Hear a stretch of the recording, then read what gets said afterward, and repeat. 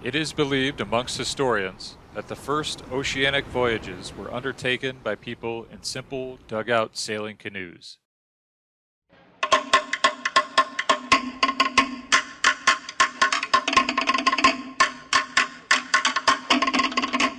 Simple is a relative term, of course.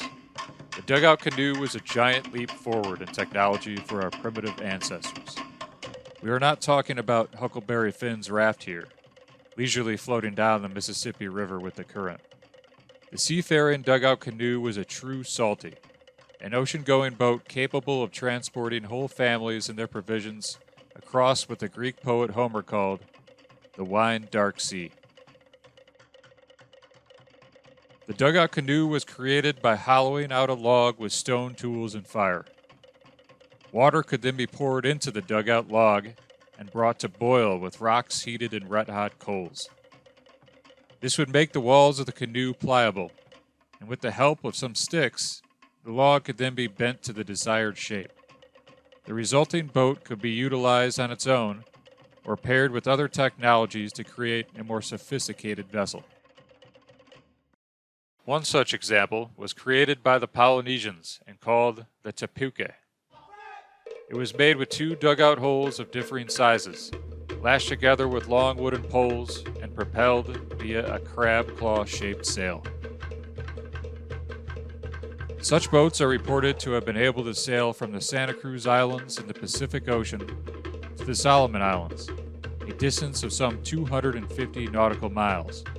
These were true deep-water craft.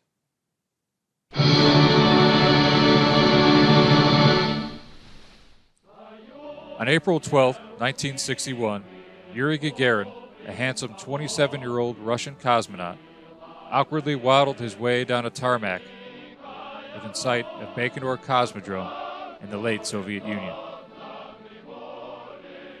He was waddling because he wore an orange pressure suit, and it was said that he was pale, aloof, and nervous as he shook the last hands he may ever grasp while he made his way towards USSR's Vostok K rocket.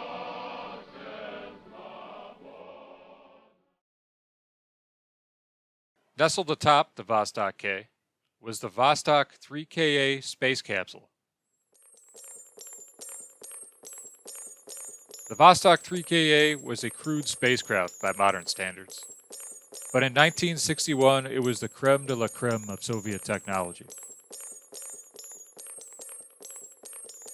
Basically, she was a hollowed-out ball bearing with a hatch, an ejection seat, and strapped to a retro rocket. All put together, the 3Ka looked like a steampunk-inspired dive bell.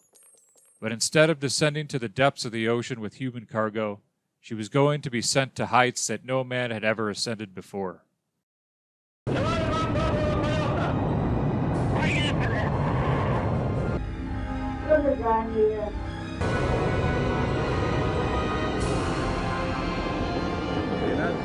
Апреля 1961 года в Советском Союзе выведен на орбиту вокруг Земли. Instead of the wine dark sea, Yuri was poised to be the first to sail upon 4.5 tons of steel and rocket fuel into the pressureless, inhospitable void of space. He must have felt much like humanity's first great explorers, as they stared, pale, aloof, and nervously upon the expanse of the Pacific before boarding their sailing canoes and disembarking into the unknown.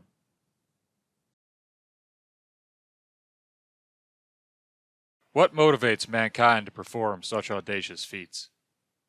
What inspirations guide us? No doubt, countless adventurers have died in search of knowledge or fame, for riches, for God and country, and other obscure motivations. But despite the odds, despite the countless wrecks at sea, despite the fact that 2 other Vostok rockets had failed to make it to orbit, man climbed into that boat, and Yuri scrambled into that capsule.